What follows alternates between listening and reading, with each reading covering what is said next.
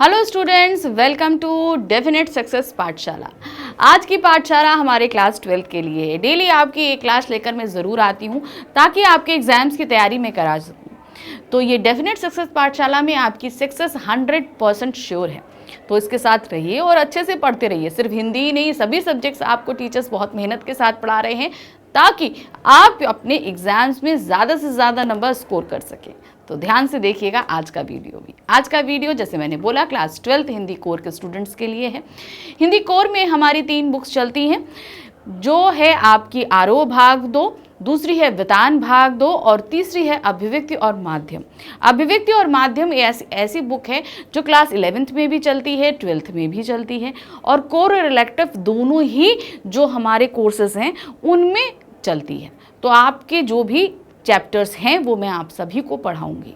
तो पहले आज जो हम करा रहे हैं वो हमारी बुक है आरोह भाग 2। ध्यान रखिए, वितान भाग 2 मैं आपको कंप्लीट करा चुकी हूँ, लेकिन अब शुरू कर चुकी हूँ मैं आपके लिए आपकी बुक आरोह। ये बुक हमारे 2 खंडों में विभक्त है, काव्य खंड और गद्य खंड। तो काव्य खंड का हमारा पहला अध्याय है आत्म परिचय और एक गीत। ये चैप्टर हमारे सामने हरिवंश राय बच्चन जी द्वारा लिखित है, जिसमें एक कविता है, एक गीत है। तो इनका एक्सप्लेनेशन मैं आपको करा चुकी हूँ, 1 शॉट में फटाफट कंप्लीट करा दिया, आपको चैप्टर मैंने क्लियर कर दिया। आज मैं करा रही हूँ एनसीईआरटी सॉल्यूशन। अब ये एनसीईआरटी सॉल्यूशन क्या है? आपकी एनसीईआरटी बुक जो आपके पास है, जिससे आप पढ़ते हो, उसमें चैप्टर के बाद कुछ क्वेश्चंस दिए गए हैं। उन क्वेश्चंस को आज हम करेंगे। शुरू करें। सबसे पहला प्रश्न है, कविता एक ओर जगजीवन का भार लिए घूमने की बात करती है और दूसरी ओर मैं कभी न जग का ध्यान किया करता हूँ। विपरीत से लगते हैं, इन कथनों का क्या आश्रय है? तो कथन का आश्रय मैं बता चुकी हूँ। यहाँ पर उन्होंने क्या दिया? एक और जगजीवन का भार लिए फिरता हूँ। तो जगजीवन का भार लेने का तात्पर्य क्या है? यहाँ पर जो मेरे साथ व्यतीत हुआ, जो घटित हुआ, वो सारी चीजें मेरे पास अंदर है, ठीक है। और दूसरा क्या है? उन्होंने बोला जग का ध्यान किया करता हूँ, कभी न जग का ध्यान किया करता हूँ। मतलब इस जग से में क्या चीज़ें हैं, इस चीज़ की तरफ मैं ज़्यादा ध्यान नहीं देता हूँ। अब इसी का आश्रय आपको यहाँ पर स्पष्ट करना है।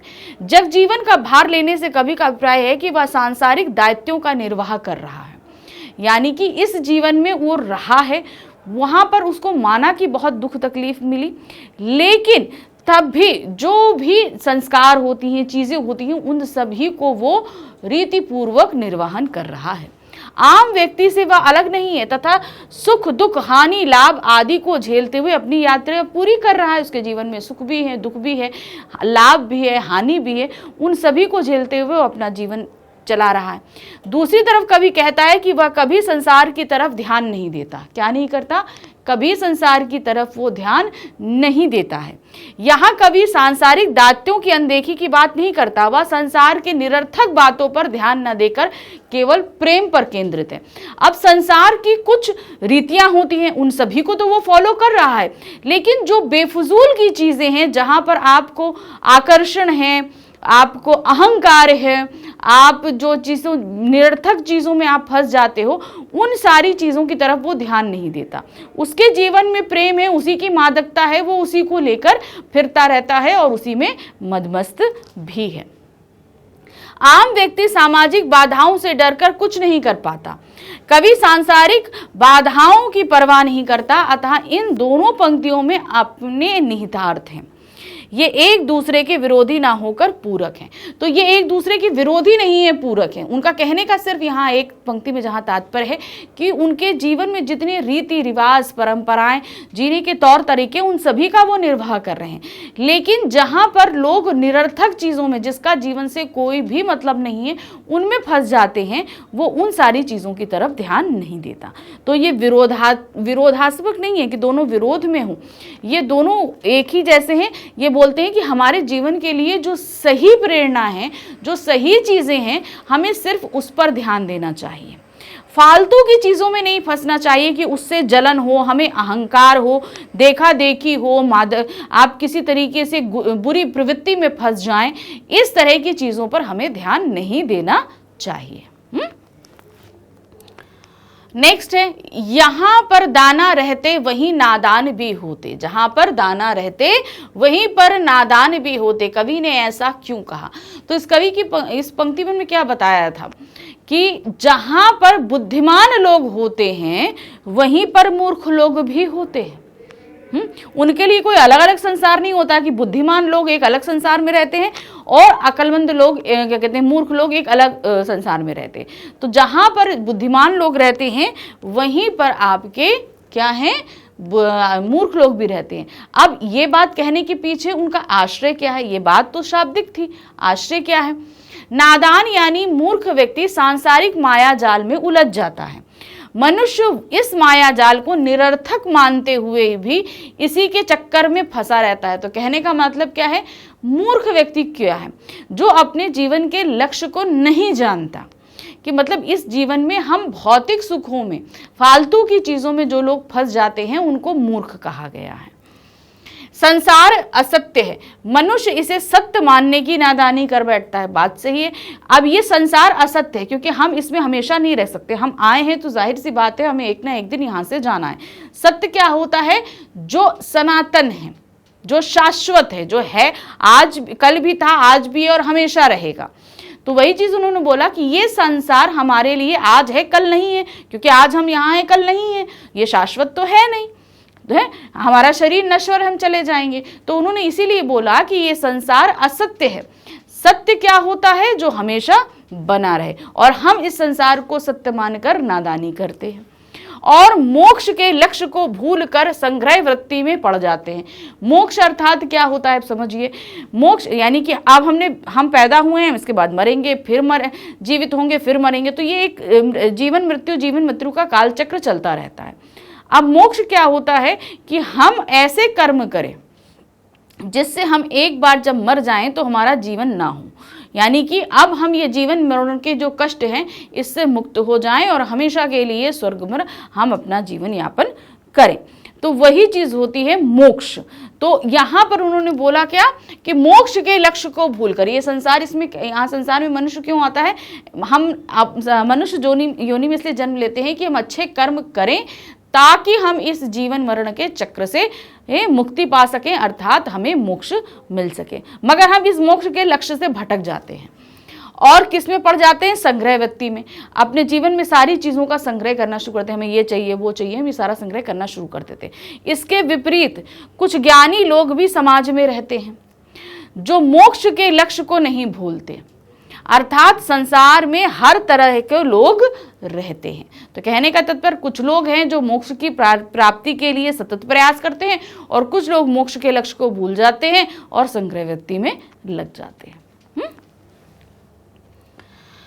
मैं और जग और कहाँ का नाता, पंक्ति में और शब्द की विशेषता बताइए। यहाँ पर और शब्द कई बार लिया गया है, आपको क्यों ऐसा इस पंक्ति में और शब्द इतनी बार लिया गया है ये बात बतानी है।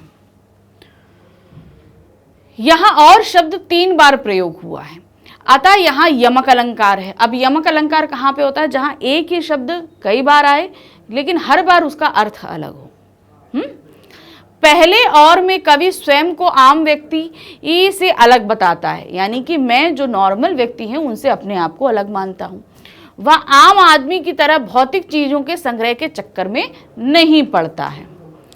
दूसरा और के प्रयोग में संसार की विशिष्टता को बताया है कि यह संसार बहुत विशिष्ट है, इसलिए बताया गया है। संसार में आम व्यक्ति सांसारिक सुख सुविधाओं को अंतिम लक्ष्य मानता है। अब यहाँ पर जब हम आते हैं तो हमें बहुत सारी चीज़ें मिलती हैं। आज अगर हमारे पास स्कूटर है तो हमें लगता है यार हमारे पास कोई अच्छी कार हो, कार आ जाएगी तो हमें लगता है अरे यार थोड़ी बड़ी गाड़ी आ जाए, बड़ी गाड़ी आ जाए तो हम ब्रांड की गाड़ी सोचते हैं। फिर जैसे जैसे हमारे पास जो है धन दौलत बढ़ती रहती है वैसे वैसे हम क्या है धीरे धीरे हमारी इच्छाएं बढ़ती रहती हैं। तो वही भौतिक सुख का एक ऐसा चक्कर है जिसमें हम कभी फंस के निकल नहीं सकते। तो हम सांसारिक सुविधाओं को अपना अंतिम लक्ष्य मान बैठते हैं कि मतलब हमें ये सारी चीजें मिल जाएं, यही हमारे लिए अहम है। यह प्रवृत्ति कवि की विचारधारा से अलग है। अब ये सांसारिक सुख में आकर हमको सिर्फ सांसारिक सुख चाहिए, ये हमारे कवि नहीं सोचते। उनकी सोच, उनकी प्रवृत्ति बाकी सारी चीजों से अलग है।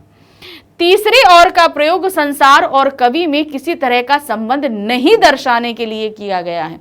तीसरा और जो यहाँ पर प्रयुक्त हुआ है ना, मैं और जग और कहाँ का नाता, तो यहाँ पर जो तीसरा और ये हमारे पास में आया है, इसके जरिए क्या बताया गया है कि किसी तरह का इन दोनों के बीच संबंध नहीं है। यानी कि इस जग की सोच अलग है, कवि की सोच अलग है, इन दोनों में किसी तरह का संबंध नहीं है। तो उस और को यहाँ पर उनके बीच के संबंध को बिल्कुल पूरी तरीके से खत्म कर देने के रूप में दर्शाया गया है। प्रश्न संख्या 4 है। अब यहां पर देखिए एक ही जैसे 3 प्रश्नों को प्रस्तुत किया गया है जो मिलते जुलते हैं और आंसर एक ही रहेगा, पूछने के तरीके अलग अलग हैं। शीतलवाड़ी में आग होने का क्या अभिप्राय है? शीतल क्या हुआ? ठंडा, और आग क्या होता है? गर्म। 2 विरोधास्पद चीजें हैं जो एक साथ प्रस्तुत की गई, तो इसका क्या मतलब है? दूसरा है शीतलवाड़ी में आग लिए फिरता हूं, इस कथन से कवि का क्या आश्रय है? तीसरा है आत्म परिचय में कवि ने के कथन शीतलवाड़ी में आग लिए फिरता हूं का विरोधाभास स्पष्ट कीजिए। यहां पर क्या है? विरोधाभास। अब चूंकि आप देखिए अपोजिट चीजें हैं ना, शीतलता और गर्माहट, इसी विरोधाभास को हमें व्यक्त करना है। कवि ने यहां विरोधाभास अलंकार का प्रयोग किया है। कवि की वाणी यद्यपि शीतल है परंतु उसके मन में विद्रोह है। अब कहते हैं ना कि हमारे मन में बहुत ज़्यादा प्लानिंग हो, बहुत सारी चीज़ें हों, विद्रोह नहीं, हमें ये सारी चीज़ें नहीं पसंद है, हमें नहीं करना, हम नहीं करेंगे, लेकिन तब भी हम अपने मन से और मुंह से शांत रहें, अच्छी बातें बोलें, बुरी बातों को हम ना बोलें। असंतोष का भाव प्रबल है, यानी कि वो सेटिस्फाई नहीं है क्योंकि मन में आप पूरी तरीके से असंतुष्ट है, विद्रोह है और वाणी एकदम शीतल है, तो यहाँ पर असंतोष है ना ये समय। वह समाज की व्यवस्था से संतुष्ट नहीं है, ये समाज जिस तरीके से अपनी व्यवस्था को चला रहा है उस चीज से वो पूरी तरीके से सेटिस्फाई नहीं है। वह प्रेम रहित संसार को अस्वीकार कर रहा है। ये संसार जहां पर प्रेम नहीं है, जहां पर सब लोग अपने स्वार्थ के लिए जी रहे हैं, वो ऐसे जीवन को बिल्कुल भी पसंद, ऐसे संसार को पसंद वो नहीं करते हैं। अतः अपनी वाणी के माध्यम से वह असंतुष्टि को व्यक्त कर रहे हैं। तो क्या है? मैं अपनी वाणी में शीतलता लेकर फिरता हूँ, ये चीज उन्होंने बोला ना, वाणी मन में आग और शीतल में, तो मतलब क्या है उनका कहने का? मैं असंतुष्ट हूँ, ये चीज उन्होंने इस लाइन से व्यक्त कर दी है। वह अपने कवित्व धर्म को ईमानदारी से निभाते हुए लोगों को जागृत कर रहा है। अब उन्होंने अपने कविता के माध्यम से लोगों को बताया है कि यहाँ पर सांसारिक सुख, वैभव, समृद्धि जोड़ना ही एकमात्र मनुष्य के जीवन का लक्ष्य नहीं है। मनुष्य की योनि हमें इसलिए प्राप्त हुई है ताकि हम मोक्ष की प्राप्ति में सतत प्रयास कर सकें। इस तरफ वो हमें ले जाकर जागृत करने का प्रयत्न कर रहे हैं। प्रश्न संख्या 5 है। बच्चे किस बात की आशा में नीड़ों से झांक रहे हैं? दिन जल्दी जल्दी ढलता है, उसमें दिया गया है ना। तो बच्चे क्या है कि माता पिता जल्दी से आए, उनके लिए भोजन लाएं, प्यार लेकर आएं, इसी आशा से जो है बच्चे अर्थात चिड़िया के बच्चे अपने घोंसलों से झांक रहे हैं। पक्षी दिन भर भोजन की तलाश में भटकते फिरते हैं। उनके बच्चे घोंसलों में माता पिता की राह देखते रहते हैं कि माता पिता उनके लिए दाना लाएंगे और उनका पेट भरेंगे। साथ साथ वे माँ बाप के स्नेहशील स्पर्श पाने के लिए प्रतीक्षा। स्नेहशील पर क्या होता है? माँ बाप ऐसा तो नहीं कि खाना दे दिया खत्म, अब मम्मी भी तुमको खाना देती नहीं, बेटा खा लो, जब तक तुम खाना नहीं खाते हो पास में रहती हैं कि हाँ तुम्हें ये चाहिए वो चाहिए, खाना गर्म करके देती हैं। तो ये सब चीज़ें क्या है? वो तो उनका प्यार है ना, प्यार दर्शाने का तरीका है, वो प्यार दर्शा रही हैं।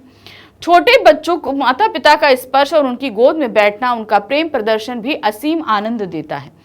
इन सब की पूर्ति के लिए वे नीड़ों से झांकते हैं। सिर्फ खाना नहीं होता, माँ बाप से उनके जो स्पर्श, उनके प्यार है, उन सब का भी उन्हें बहुत इंतजार होता है। और इसी, अब चूंकि माँ बाप घोंसले में है नहीं, वो चले गए खाना लेने, तो इसमें बच्चे अकेले हैं, तो इनसिक्योरिटी है। माँ बाप आ जाते हैं तो उनका प्यार मिलता है, भोजन तो मिलता ही मिलता है, प्यार मिलता है। तो ये उस चीज़ों की आशा में कि माँ बाप जल्दी आ जाएं, इसीलिए बच्चे घोंसलों से झांक रहे हैं। प्रश्न संख्या 6 है। दिन जल्दी जल्दी ढलता है कि आवृत्ति से कवि की किस विशेषता का पता चलता है? यहाँ पर उन्होंने समय की गतिशीलता का प्रदर्शन करने के लिए इस पंक्ति का बार बार इस्तेमाल इस कविता में किया है कि दिन जल्दी जल्दी ढलता है। इसके माध्यम से वो क्या बता रहे हैं कि जो है, आप ये देखो कि समय कितनी जल्दी ढल रहा है, हमें तीव्र गति से कार्य करना है। दिन जल्दी ढलता है कि आवृत्ति से प्रकट करती है कि लक्ष्य की तरफ बढ़ते मनुष्य को समय बीतने का पता नहीं चलता है। यानी कि हमको पता है कि हमारा लक्ष्य क्या है। अगर हम मान लीजिए जैसे आप हैं, आपने आज एक टारगेट डिसाइड किया कि हमें आज अपना साइंस का एक चैप्टर खत्म करना है, तो अब आप क्या करोगे, आपने टारगेट किया कि आज हम उसके पूरी तरीके से रीडिंग करके और हर पैटर्न के क्वेश्चंस खत्म करके आज हम पूरे दिन में 12 घंटे में इसको खत्म करके रख देंगे। आप पढ़ने बैठोगे, पढ़ने में अपने आप को अगर इतना ज़्यादा व्यस्त कर दोगे तो देखो समय कितनी जल्दी बीतेगा आपको पता ही नहीं चलेगा। तो वही आपकी लक्ष्य प्राप्ति है। तो लक्ष्य प्राप्ति में दिन बहुत जल्दी बीत जाता है। पथिक लक्ष्य तक पहुंचने के लिए आतुर होता है। इस पंक्ति की आवृत्ति समय में निरंतर चलायमान प्रवृत्ति को बताती है। चलायमान यानी कि जो हमेशा चलता रहता है, यानी गतिशीलता को बताती है।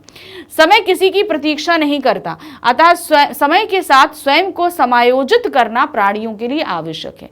अर्थात हमेशा हमें समय की कदर करनी है और समय के हिसाब से हर कार्य करना है, क्योंकि हम समय के विपरीत नहीं जा सकते और समय किसी के लिए रुकता नहीं है।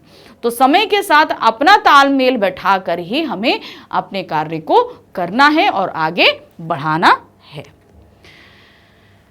अब नेक्स्ट क्वेश्चन है, संसार में कष्टों को सहते हुए भी खुशी और मस्ती का माहौल कैसे पैदा किया जा सकता है।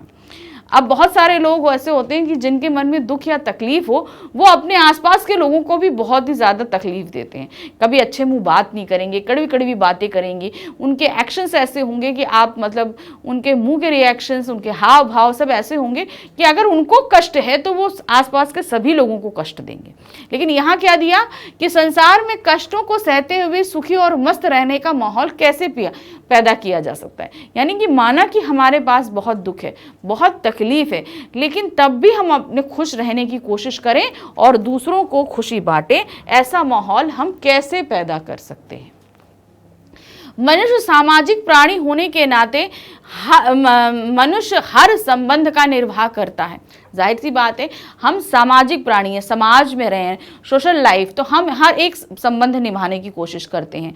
हम बेटी भी हैं, बहू भी हैं, माँ भी हैं, क्या कहते हैं, किसी की बहन भी हैं, किसी की क्या कहते हैं पत्नी भी हैं। तो मतलब एक होते हुए हम हर एक संबंध को निर्वाह कर, हमसे जितने संबंध बन सकते हैं हम हर एक संबंध को बनाकर निभाने की पूरी तरीके से कोशिश करते हैं। उसे जीवन में अनेक तरह के कष्टों का सामना करना पड़ता है। कष्ट सहना मानव की नियति है। अब जब हमारे इतने सारे संबंध होंगे तो जाहिर सी बात है कहीं ना कहीं उतार चढ़ाव होगा, कहीं मनमुटाव होगा, कहीं हमें कष्ट भी मिलेंगे, होगा ना। तो वो कष्ट पाना हमारे अंदर, अभी बोलो किसी का जीवन खुशियों से ही भरा रहे तो ये पॉसिबल है। आप देखते हो बहुत अमीर लोग हैं, आपको लगता होगा बहुत खुश होंगे, लेकिन ऐसा नहीं है। उनके जीवन में भी कहीं ना कहीं दुख और तकलीफें होती ही हैं। सुख दुख समय के अनुसार आते जाते रहते। मनुष्य को दुख से परेशान नहीं होना चाहिए, क्योंकि दुखों के बिना सुख की सच्ची अनुभूति नहीं हो पाती। कहने का तात्पर्य है कि सुख क्या होता है इसका अनुभव हम तब तक नहीं कर सकते जब तक हम दुख का अनुभव नहीं करें। जब हम दुख का अनुभव कर लेंगे तभी हम जान पाएंगे कि खुशी या सुख क्या होता है। अतः मनुष्य को संतुलित तथा सकारात्मक दृष्टिकोण अपनाकर जीवन को उल्लासपूर्वक बनाना चाहिए। निरंतर काम में लगे रहकर कष्टों को भुलाया जा सकता है। अब क्या होता है, दुख तकलीफ किसके नहीं होती, आपके हैं, मेरे हैं, किसी और के, सबके जितने लोग सुन रहे हैं, हर लेवल पर किसी ना किसी को कोई ना कोई दुख या तकलीफ है। लेकिन इन दुख तकलीफों को हम एक साइड रखें, अपने जीवन को, हमारा जो लक्ष्य है उसमें हम लगा दें, तो हमारा ध्यान अगर उन दुखों से हटेगा तो हम इतना ज़्यादा परेशान नहीं होंगे और खुशी खुशी हर एक काम को कर पाएंगे। और जब हम कष्ट पे ही भारी रहेंगे, यानी अपने ऊपर कष्ट को लादे रहेंगे, तो हमारा बिहेवियर, हमारी सोच उसी तरीके से हो जाएगी और जब ऐसा हो जाएगा तो हम दूसरों को दुख देंगे। लेकिन कष्टों को किनारे रखकर अपने काम में लगेंगे तो हम उसमें बिजी रहेंगे, तो क्या होता है कि हम दूसरों को भी सुख ही प्रदान कर सकते हैं। तो यहाँ पर हमारे ये एनसीईआरटी सॉल्यूशंस के जो क्वेश्चंस थे हमने फटाफट कंप्लीट कर लिए। तो अभी हमारे पास जो नेक्स्ट पैटर्न रहेगा वो इसी चैप्टर के मल्टीपल चॉइस क्वेश्चंस रहेंगे। ध्यान से देखिएगा, उनको लेकर आऊँगी क्वेश्चंस को। लेकिन मल्टीपल चॉइस क्वेश्चन करने से पहले, ये वीडियो आने से पहले ध्यान रखिए कि चैप्टर को अच्छे से समझ लीजिए ताकि फटाफट आप इन क्वेश्चंस के आंसर दे सकें मेरे आंसर्स बताने से पहले। ठीक है। तो फिर इसी पाठशाला में आपका नेक्स्ट वीडियो लेकर आऊंगी इसी चैप्टर अर्थात आत्मपरिचय और एक गीत के मल्टीपल चॉइस क्वेश्चंस को। मिलते हैं अगली बार। Thank you for watching. Bye bye.